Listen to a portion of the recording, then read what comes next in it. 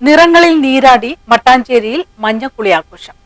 Holy ആഘോഷത്തിന് സമാപനം കുറിച്ച് കൊങ്കണി സമൂഹം മഞ്ഞക്കുളി ആഘോഷിച്ചു. ചെർളായിൽ നടന്ന മഞ്ഞക്കുളി ആഘോഷത്തിൽ നൂറുകണക്കിന് പേർ ഒത്തുചേർന്നു. ഞായറാഴ്ച രാവിലെ മുതൽ ഇവിടെ വിവിധ സ്ഥലങ്ങളിൽ സ്ഥാപിച്ച കാമദേവ രൂപ സങ്കല്പമായുള്ള ബോധനെ വാദ്യമേളങ്ങളോടെ എഴുന്നള്ളിച്ച് അഗ്നിക്കിരയാക്കി. ഇതോടെ 2 ആഴ്ച നീണ്ടുനിന്ന പഴമയുടെ സാമൂഹ്യ സാംസ്കാരിക ഹോളി ആഘോഷം സമാപിച്ചു. കൊച്ചിയിൽ നൂറ്റാണ്ട് പിന്നിട്ട ആഘോഷങ്ങളിലൊന്നാണ് മഞ്ഞക്കുളി. ബോധനെ എഴുന്നള്ളിച്ച് പരസ്പരം വർണ്ണങ്ങൾ പൂശി ജനങ്ങൾ ആഘോഷ ലഹരിയിലാവും. കുട്ടികളടക്കമുള്ളവർക്കൊപ്പം ലിംഗപ്രായഭേദമന്യേ മുതിർന്നവരും ഇതിൽ പങ്കുചേർന്നു. ചെർളായി ടി.ഡി. ക്ഷേത്രത്തിന് സമീപം അസ്തമയ സൂര്യനെ സാക്ഷിയാക്കി ബോധനെ അഗ്നിക്കിരയാക്കുമ്പോൾ ഒത്തുചേർന്നവർ ആസില്ലോ ഫോദോ മെല്ലെ മൂദേവ അഥവാ ബോധൻ മരിച്ചല്ലോ ദൈവമേ എന്ന് പറഞ്ഞ് ഇതിനു ചുറ്റും നൃത്തം ചവിട്ടി. തുടർന്നാണ് മഞ്ഞക്കുളി ആഘോഷം നടന്നത്.